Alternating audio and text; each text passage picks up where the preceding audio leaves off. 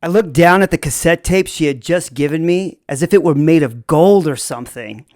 And turning away, her voice trailed off over her left shoulder, leaving me dumbfounded, lost for words, and in absolute suspension, saying, "Pay attention to the first song on side A." Wait, what? Who does this? I stood there looking down at the tape in my hand, having no idea what was on it or what song she was even referring to, but I couldn't wait to find out.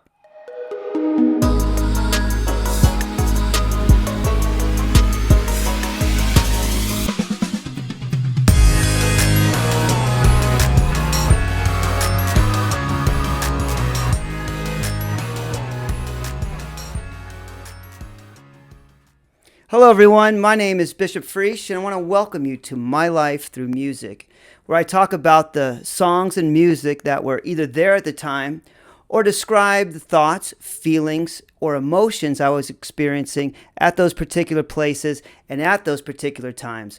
And the song that does that for this time and this place is Don't Change by INXS, released in 1982.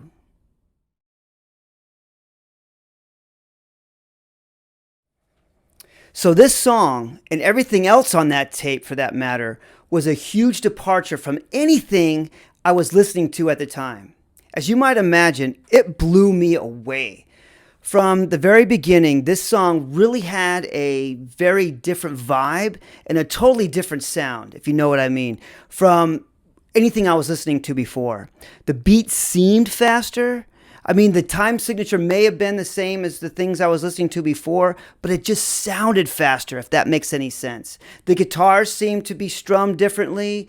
I remember being incredibly surprised and impressed by the percussion work. And more than anything, it wasn't just the voice of Michael Hutchence, which was captivating, but it was what that voice was singing and what that voice was saying that made the greatest impact on me. So, if you saw the previous video, you will know that I finally had a conversation with Attendance Girl with some help. And that conversation resulted in her giving me her phone number and then me telling her that I was going to call her later on that day after school. Well, I got home from school, and even though she and I had a short conversation earlier in the office that day, I was still incredibly nervous. So to kind of offset that nervousness, I don't know why, I kind of tried to put it off. You know that feeling when you know you have to do something, but you keep finding other things to do so you don't have to do the things that you really need to do? Well, that was me that afternoon. I was just milling around the house, pretending to be busy. I even looked at my bag full of school books laying in the floor in my room next to my dresser and considered doing some homework, for crying out loud. But that didn't last that long. Now that I think about it, I was probably one of the most book-carryingest, non-homework doing dude in that whole school. I mean, why did I lug that heavy book bag around? I hardly ever took the books out of it anyway. Was that why my grades were so low? That's another story. Finally, as I sat at my desk in my room, I said to myself, what the heck? I picked up the phone. Yeah, I actually had my own phone in my room back then. That was pretty high speed back in like 85 or 86. So I picked it up, dialed her number, and waited.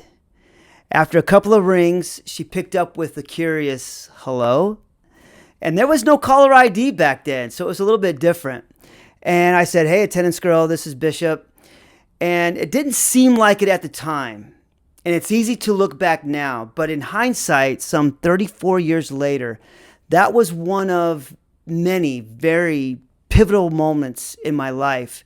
And I didn't know it yet, but that phone call would change my life in many, many ways. She responded with a friendly yet reserved, "Hi, Bishop." And as we continued talking, her voice gave me the impression that she was a little cautious and a little guarded. And yeah, I get it. I mean, why wouldn't she be? At that point, we hardly knew anything about each other. The conversation was quite basic. I was excited, but not very exciting, if you know what I mean. And through the course of about a 15-minute conversation, she told me that she had a job working in a restaurant in Scottsdale, I think. But the last part of our conversation was about music. I couldn't wait to ask her about the music that she listened to. And when I did, she started naming off all kinds of bands that I've never heard before. Bands like The Smiths, The Cure, Bauhaus, Tones on Tail, Love and Rockets.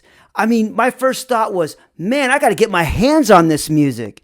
Wait, no. My first thought was, man, I got to get to know this girl. And then the second thought was, man, I got to get my hands on some of this music. So I asked her about letting me borrow some of her music. And she said if she had time, she might be able to put something together for me. I was like, yes. Cool. I just have to stress one more time how difficult it was compared to now. You had to have your hands on the music. It wasn't as easily accessible as it is today. And it's great that it is today, but it was just different. And when you got your hands on it, you appreciated it a little bit more back then. And then we finished our conversation, and she said she had to go because she had to go to work.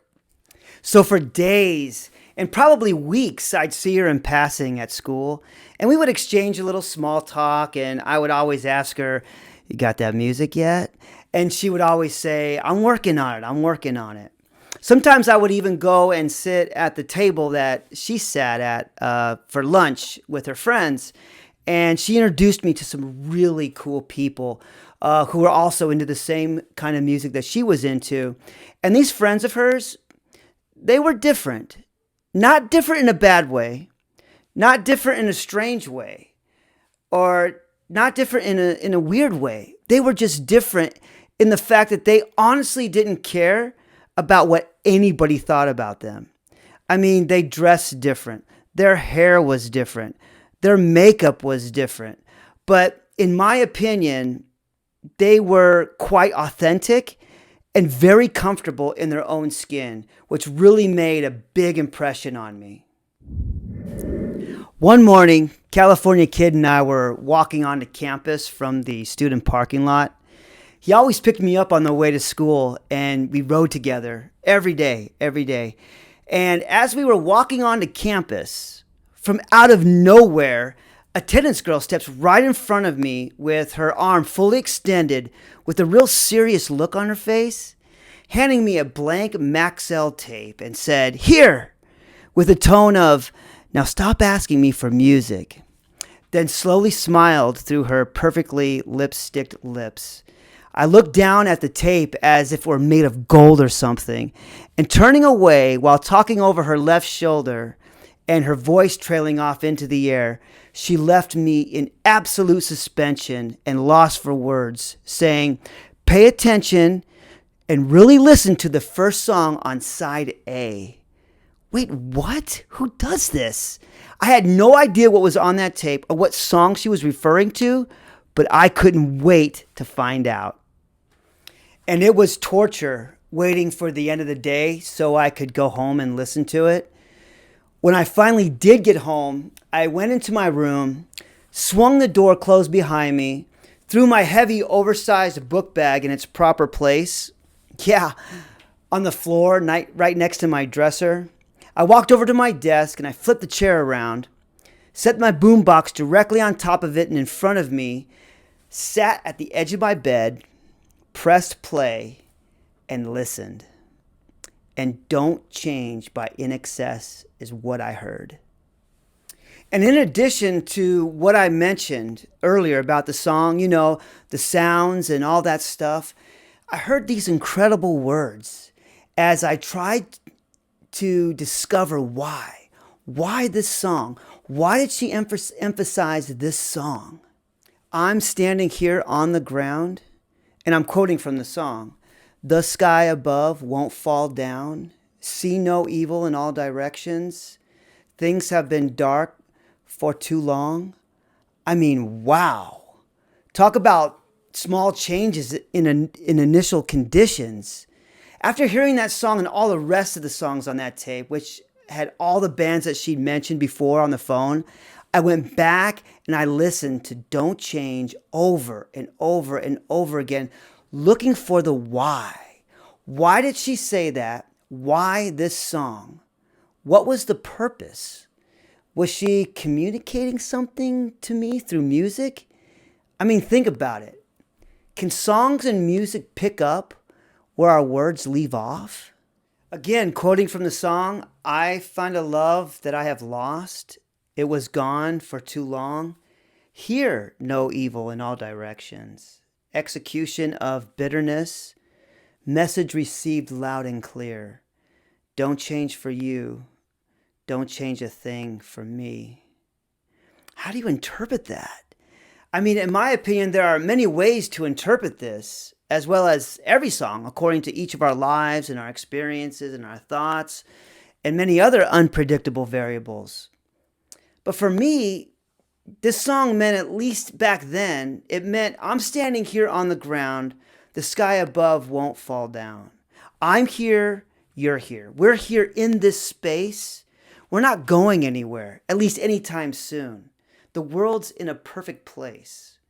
Anything that happens between us should result from a natural process. Resolution of happiness. Things have been gone for too long. Hey, we all can experience dark places. I have mine. I'm sure you have yours. Regardless of what happens, let's get to happiness before anything else. Message received loud and clear. Look, I know you like me. I get it. But don't change for you.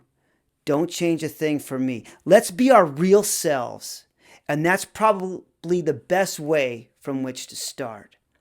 If it's going to happen, it's going to happen. One of the many interesting things that I noticed listening to this song and reading the lyrics again is that it mentions see no evil, hear no evil, but why speak no evil? Why is it not there? Perhaps, maybe it's just a given. We see evil and we hear evil all around us, but maybe it's saying, let's not speak evil, at least not to each other. And yeah, I can never know really what she meant specifically or how deep she was thinking. Nevertheless, it was a great exercise for me to learn more about her, about myself, and potentially us. Here's a question. Has anybody ever spoken to you through music? And if so, how? What song was used? And how did you interpret it? And what did you gain from it? Have you ever spoken to anybody through music? And what were you trying to say? And what song did you use? I've done it or tried to do it many times, and I plan on talking and mentioning at least one of those times in a story way down the road. And I'm very happy to say that in that attempt, I was heard exactly the way I wanted to be heard. And in my life, that is a great honor. And it is of great value to me. But getting back to the song, change for the better is good. I believe that's one of the many reasons we're here. But there's something inside of us, inside of each of us, that shouldn't change. And I'm guessing maybe that she saw something or that thing in me that shouldn't change. There is a quote that I think is fitting for this that comes from Steve Maraboli. And it says, quote, I find the best way to love someone is to not change them, but instead help them reveal the greatest version of themselves, end quote. And I really do believe that in her own way, she played a very significant part in doing that for me, even back then. Would I ever change? And if so, how? In what way? For good or for bad? Last but not least, what's going to happen with Attendance Girl and I? Does it just stop there? Does it just dissolve into nothingness? Or does it become more? These are the reasons why Don't Change by INXS is where it's at in my Life Through Music playlist. Give it a listen when you have a chance and see what it does for you. As always, I want to thank you for your time. I know it's valuable, and I look forward to seeing you in the next video where I talk a little more about my life through music.